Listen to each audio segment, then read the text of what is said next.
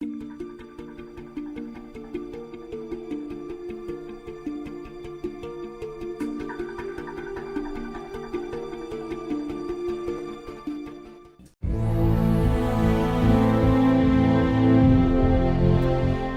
me tell you a little bit about my personal journey to Silicon Valley from India 22 years ago.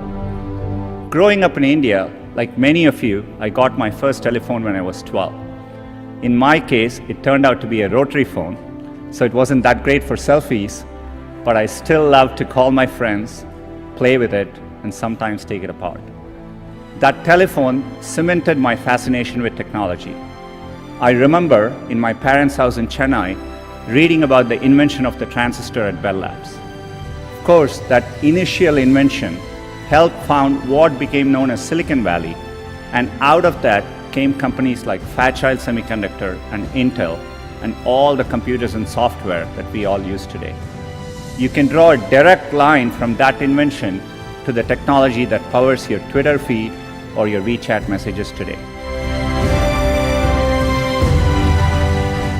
A lot of times when I was younger, people would say, this person didn't get into this college or something, and that's the end of the road. I mean, life is so different from that.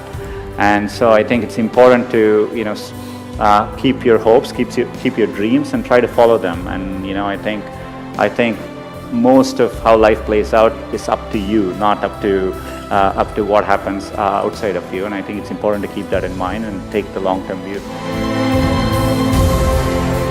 I still vividly remember as a teenager jumping onto a crowded train at Chennai and traveling for 24 hours to attend my school at IIT Kharagpur. And that opportunity changed the course of my life. You want to aim high enough that you fail, a few times. I think that's the natural part of the process. In fact, Larry used to say, if you work on really difficult things, you're better off because you have no competition. Others aren't working on that difficult a problem. And even if you fail, you end up doing something great in the process.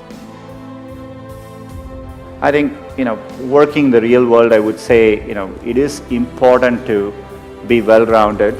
It's important to, try different things. Take some risks. I would encourage people to, follow their passions a little bit more, to follow set lanes throughout your career. Getting into an elite institution doesn't guarantee success. It matters a lot, but it doesn't guarantee success. And I think it's important to keep that perspective in life. And life is a long road, and so you want to take it at the right pace and enjoy what you're doing. I know how much hard work it takes to pursue your dream of building a business. The long hours, time away from family, the ideas are brilliant, that just don't seem to catch on. I remember reading about that and thinking, it's the idea that matters.